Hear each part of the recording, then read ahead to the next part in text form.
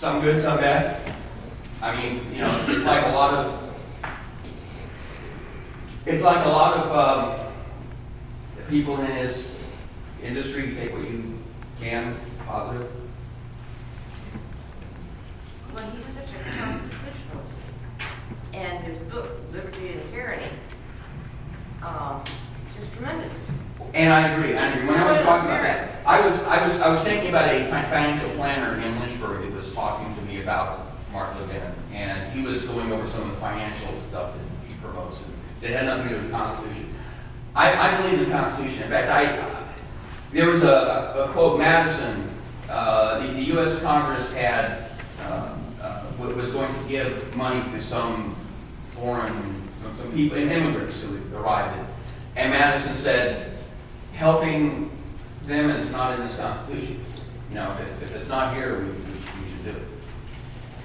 And Mark has not invited me for lunch yet. After we have lunch, I'll let you know. What about funding organizations that are not government organizations but do affect the government, such as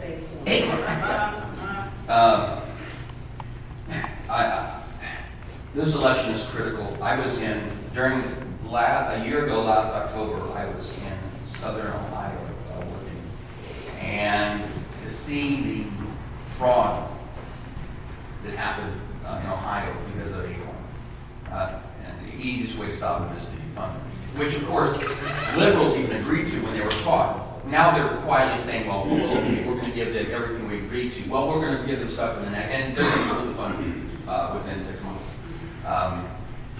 The biggest problem with something like Acorn is that they could skew elections in the future, given the fact that what they did this last 2 years ago or a year ago, given more power. I'm thankful that the conservatives stopped them from running the next census. We would have definitely been in trouble. But yes, when you're defunding things like mohair, you know, Acorn has to be at the top of the list. I picked that one because I read it the other day and I just was shocked. I mean, people are asking, what would you do specifically? Give me a specific of it. One thing you would redline and say, no way that's getting voted on.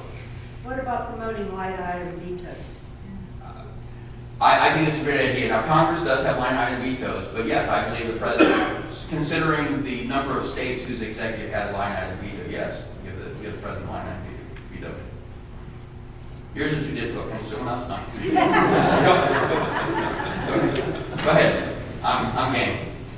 What about abortion and fetal stem cells? My response to that, don't throw anything until I finish my answer. When people ask me about my view of pro-choice, am I pro-choice? My answer is yes. I think a woman has a choice whether she's going to sleep with a man. Once a child is conceived, however, that child's liberty must be taken into effect. Stem cell research can be done without embryonic research. It is possible. It is actually more, believe it or not, it's more politically correct to use embryonic stem cell research than to use the same research with non-embryonic stem cells. So, of course, I am against funding for stem cell research. I'm a grandfather by my 16-year-old daughter. 16-year-old daughter, do the math. Not once was abortion ever murder, yes. And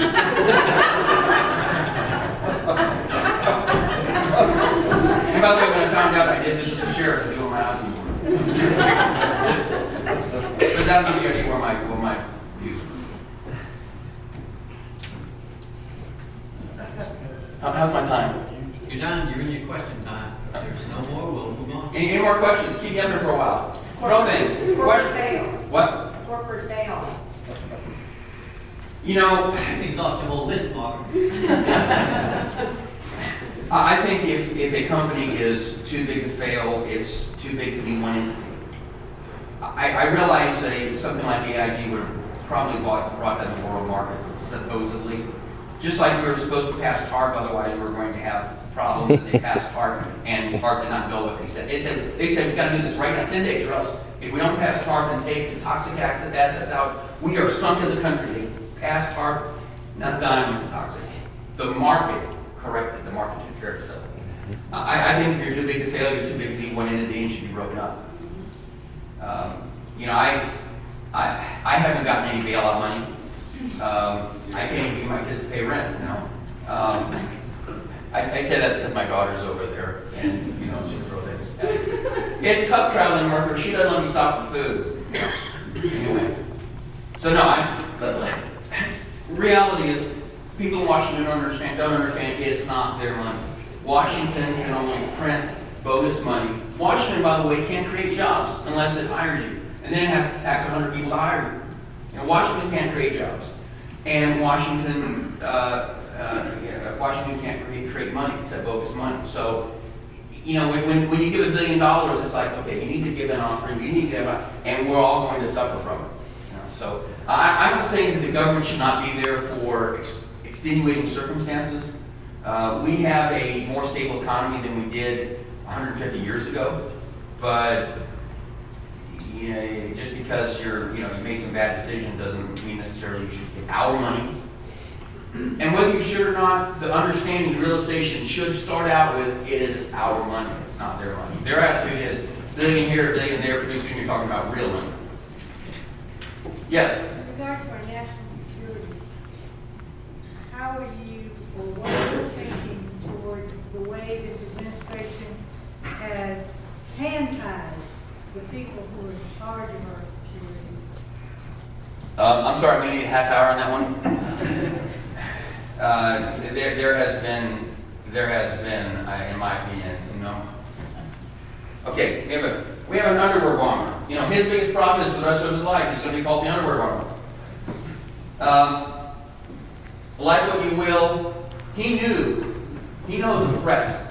They gave him a lawyer, so he climbed up that for 30 hours. You can't find out a person's name, address, and phone number in 30 hours.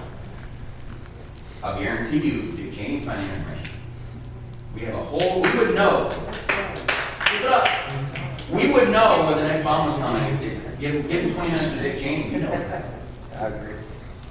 You know, I think it's appalling that our president and his wife go around this country apologizing. Are we done? One more question. One more question. Make it a long one. No, I got it. Don't get the frisbee. Yes. What would be your label for the Tea Partiers? Can you label a Tea Partier? Yes, you can. Congress is every day. Every day. What's Well, yours? I will tell you, I don't think like the liberal Congress, so I I'm apologize. asking you, what would your label be? Um, I have mine for them. okay, here would be, if I had to put it in a label, which had to fit in maybe 2 words. Former Republicans. Patriots. 1 word is patriots, which is, Republican. All right, I appreciate it. Thank you. Thank you.